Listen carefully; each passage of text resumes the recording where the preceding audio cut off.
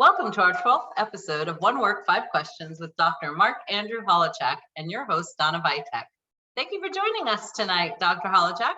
Thank you. Thank you for having me. Oh, it's always a pleasure. It's always a pleasure to spend the evening or day talking about Thomas Jefferson. Dr. Holowchak is a PhD retired professor of philosophy and history who taught at institutions such as the University of Pittsburgh, University of Michigan, Rutgers. He's also the editor of the Journal of Thomas Jefferson in his time, and he's also the author and editor of over 20 published books on Thomas Jefferson and over 100 essays on Thomas Jefferson. His list of books and videos can be found in the comment section of the video. With our show, One Work, 5 Questions, I'll ask Dr. Holowchak 5 questions on one work of Thomas Jefferson's. Our 12th episode topic is Thomas Jefferson's letter to Benjamin Rush, dated the 23rd of September, 1800. First, let me give you a little background to the topic. Dr. Benjamin Rush was a fellow co-conspirator in advancing the principles of Jeffersonian republicanism. He was a medical doctor, a devout Christian, and a champion of the principles of liberty. Jefferson's letter to Rush on September 23, 1800, covers a variety of issues between two men committed to liberty, two devout religionists, and two men of science. That letter is the subject of this week's One Work, 5 Questions. I'm so excited.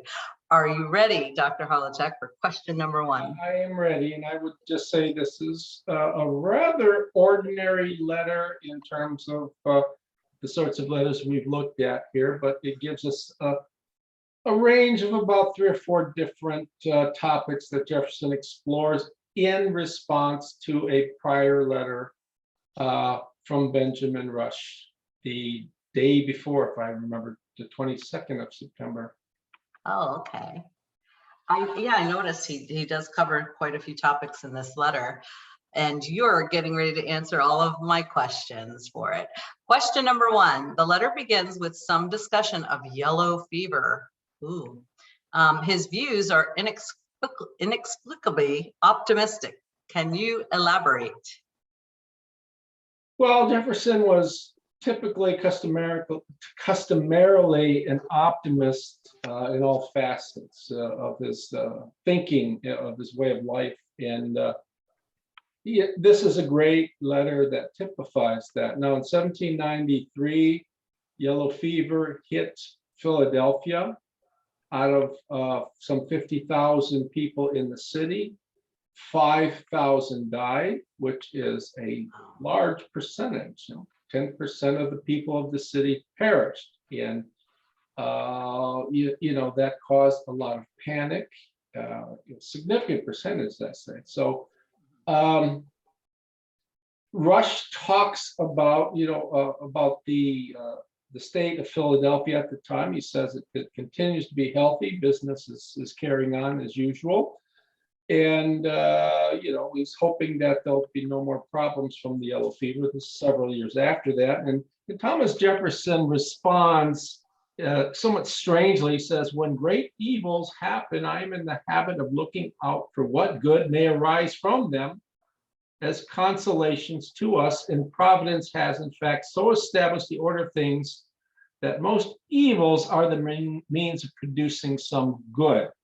Now let's stop there for a second. That very stoical sentiment, if by saying the evils are productive of good, he might just be saying is that there really isn't any evil, that God has foreordained all things for the good. And where we see evil, it's really good. It's really according to God's plan. Now, Jefferson was always anti-city. He disliked cities because cities were hubs of manufacture. When he was in France, he looked at what was going on in Paris, the great poverty of many subsections of the city, the great poverty in London when he visited London. And the overcrowding led to degeneracy like gaming, drinking, and whoring. But he goes, the yellow fever will discourage the growth of great cities in our nation, and I view great cities as pestilential to the morals the health of the liberties of man. True, they nourish some of the elegant arts, but the useful ones can thrive elsewhere, and less perfection in the others. With more health, virtue, and freedom would be my choice. So he's saying, you know, the great cities, of course, give us the great fine arts, works of art that are unparalleled anywhere in the world, but we don't really need those works of art. It'd be better if we had virtue, freedom, and health. So he starts off with this wonderful statement of his eternal optimism, that the fever is going to make people consider leaving cities and maybe adopting the agrarian lifestyle. Oh, he had his priorities straight. That's another thing that makes him a wonderful person. Question number 2, in private discussions, Thomas Jefferson's optimism often comes up. Why was Thomas Jefferson typically optimistic? Was he of optimistic stuff, or did circumstances push him in that direction? Well, following what the psychologists today would say, the answer is both. I think he was more of optimistic stuff, but you know, the Enlightenment was a time of great optimism for people who followed what was going on in the sciences of the Enlightenment, and even in morality and politics included among the sciences. There was great optimism about the prospects, called the Great Experiment, about the prospects of representative government being a decided improvement over, say, the democracies of ancient Athens. Come on, Jeff. Come on.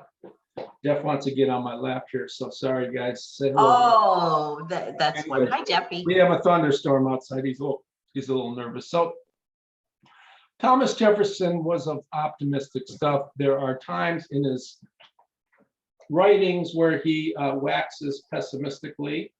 That doesn't happen all that often. Even towards the end of his life, tended always to see the bright side of things. And I think he had, his God was a God that created things to the best of his ability. And he thought the world was good. And as he says in the letter, we'll probably cover at some point, to John Adams, he says, you know, I steer my bark with optimism, and always tended to think that there was more good than bad meted out every person's life, or in general to a person's life. Mm-hmm.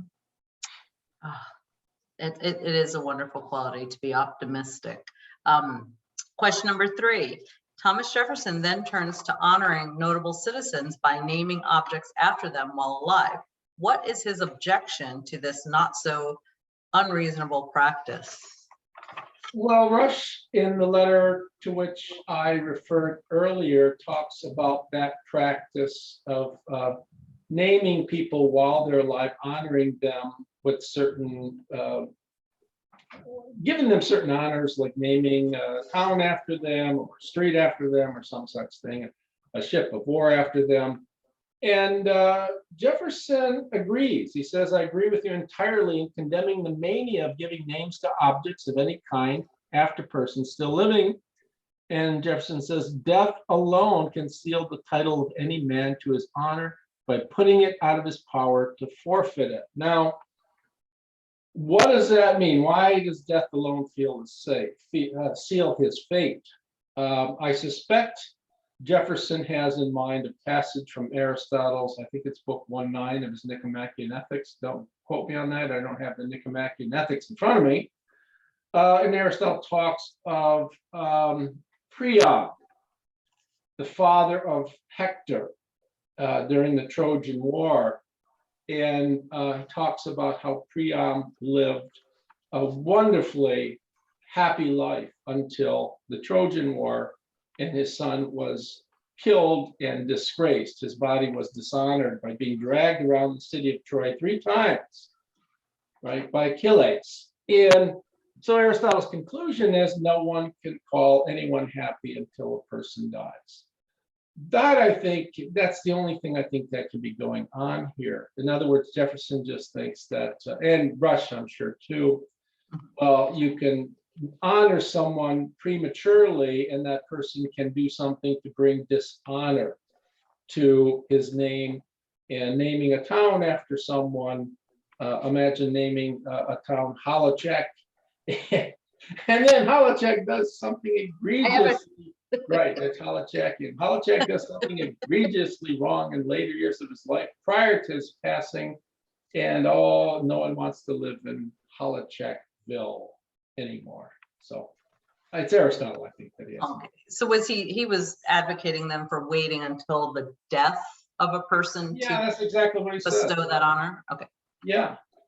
Right. That makes sense now that you explained it that way, that if what comes afterwards, if that person does something that's not so honorable and something's already named after them, yeah, it would be a big backtracking. So I agree with that. Question number 4. Thomas Jefferson then turns to a promised letter on Christianity. He turns to the subject of governmental patronage of a particular religious sect. Can you say more? Of course you can. Yeah.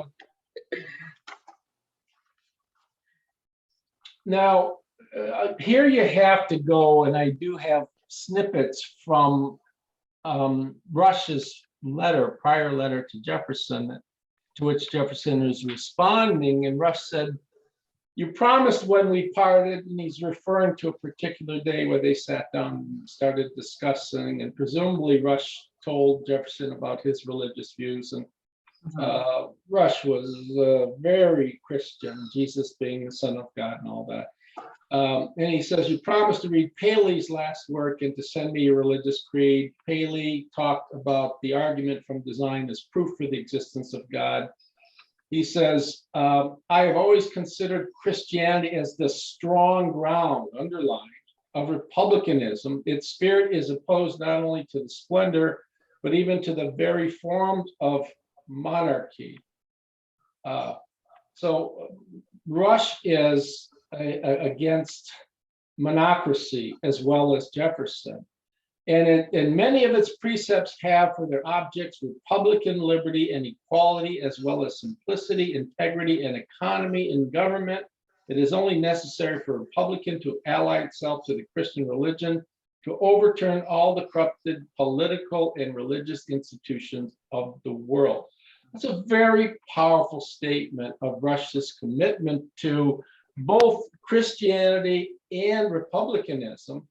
And I do say, if you read, you have that book in back of you to your right, if you could hold that up or show that. Yes. I talk about this. Jefferson was a devout Christian, not in the Russian sense, but in a different sense. Both were committed to Christianization of that republicanism needed to be Christian. Rush in the sense that we think of Christianity today, where Christ is the Son of God and part of the triune Godhead. Jefferson, in the sense that Christ just was the world's preeminent moralist, not a son of God, not a miracle worker, but just a great moralist. In that, I argue in that book and in other books, which I have written, that Jefferson always considered Jesus Christ to be the preeminent Jeffersonian Republican. In other words, his notion of, what did Christ bring to the table that the ancient Ephesians didn't? That is benevolence and beneficence. Benevolence being well-wishing, and beneficence being well-doing, doing good deeds. In Christ, I labored over this for a long time. What Christ brought to the table, what we talk about this in subsequent weeks, is the notion of doing the right thing, not for any return, because it's sort of the right thing to do. So Jefferson says Jesus brought, morality from the heart. It wasn't about what's in it for me. Even the virtuous ethics thinkers were doing the right thing for some return, the return of psychical health. Just like a jogger saying, well, why am I jogging? It's painful. I'm jogging so I can have physical health. The virtuous ethics person like Plato, Aristotle, and Stoic would say it gives me psychical health. Jefferson certainly thinks that being benevolent is going to give you psychical health, but benevolence is not done for that reason. So for both want Christianity in some sense Rush wants it to be the state religion. Jefferson wants Christian morality to be infused in Jefferson republicanism, because without notion of benevolence, and now every person doing something for the good of the Republican government can't work. Right, and we see that today. Wonderful. Question number 5. Jefferson then turns to statement of eternal hostility against every form of tyranny over the mind of man. What precisely does he mean? This I can answer briefly. He's talking about freedom of religion. He's introducing the notion that there are many different sectarian religions that would have their form of religion being the state religion, in the manner that Anglicanism was the state religion of England. And Jefferson says, well, this can't, he says, the clergy a very favorite hope of obtaining an establishment of a particular form of Christianity through the US. And as every sect believes its own form, the true one, everyone perhaps hope for its own, but especially the Episcopalians and Congregationalists. Okay, now he said he thinks this sort of implementation or a uptake of any particular form of a state adoption of any particular form of Christianity or any form of religion whatsoever is tyranny. It's aligning a particular type of religion with a particular type of government. So he says, I have this very famous quote, by the way, most people who are familiar with Jefferson know, I have sworn upon the altar of God. He doesn't capitalize God, it's small G-O-D. It's very common that Jefferson does that. Again, he's not a personalized God. It's not a being out there to which you pray. Eternal hostility against every form of tyranny over the mind of man. And that's what he means here. Now, strange that he doesn't capitalize God in a letter to Benjamin Rush. I made a note of this. Come on, Jeff. Because he is very careful about capitalizing God in letters to people whom he might irritate if he doesn't capitalize. And perhaps, I haven't studied this here, but perhaps he doesn't know Rush's religious views well enough here. And so he doesn't capitalize it. And I haven't looked at the subsequent letter, but I know you're going to talk about what we're going to do in subsequent sections. But so we'll get to talk about Jefferson's religious views more with Benjamin Rush.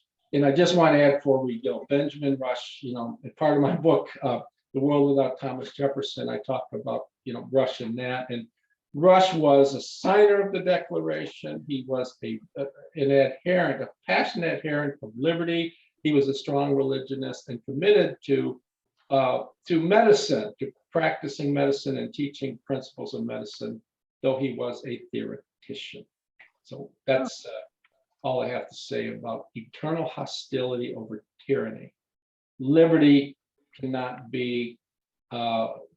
exist in the ground of where there's coercion. Right. Oh, wonderful.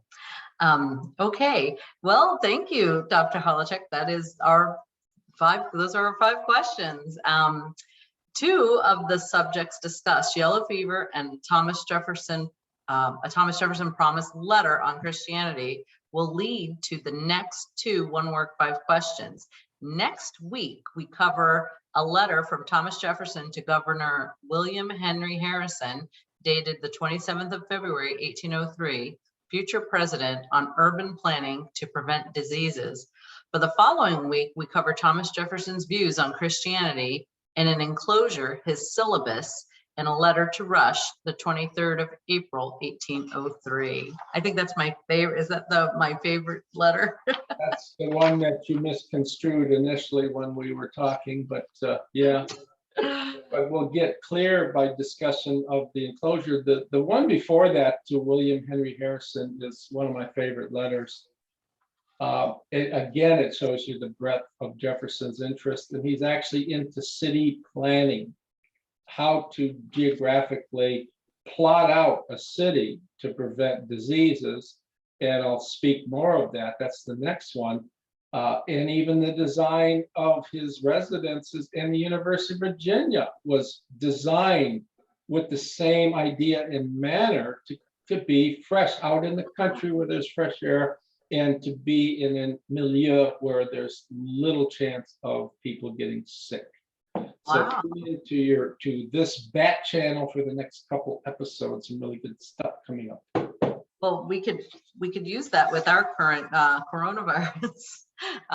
We could probably use some of that advice on urban planning. Well, we'll see that it's not advice that anyone was willing to. They were willing to entertain it, put it in the planning stages, but not take it too seriously. And I will explain why. Oh, okay. They Great. actually had a couple cities in the planning, according to Jefferson's design, and one started out. And I will talk about those two cities. You can look on your old maps and see how they're planned out, but things didn't quite work out according to plan for some reason. Oh. Well, okay. Well, thank you, Dr. Holowchak, for your time and answering the questions and giving us such great detail on Thomas Jefferson's thoughts. I appreciate your time for us. Thank you. If you'd like to contact Dr. Holowchak, you can reach him at mholowchak@hotmail.com or his Facebook page, Thomas Jefferson, Bring Him Home to Monticello, Citizens for Change. Dr. Holowchak is available for conferences with political groups, any community groups, any universities. He is the foremost scholar on Thomas Jefferson, and you can find some of his talks on his webpage that he's done in the past.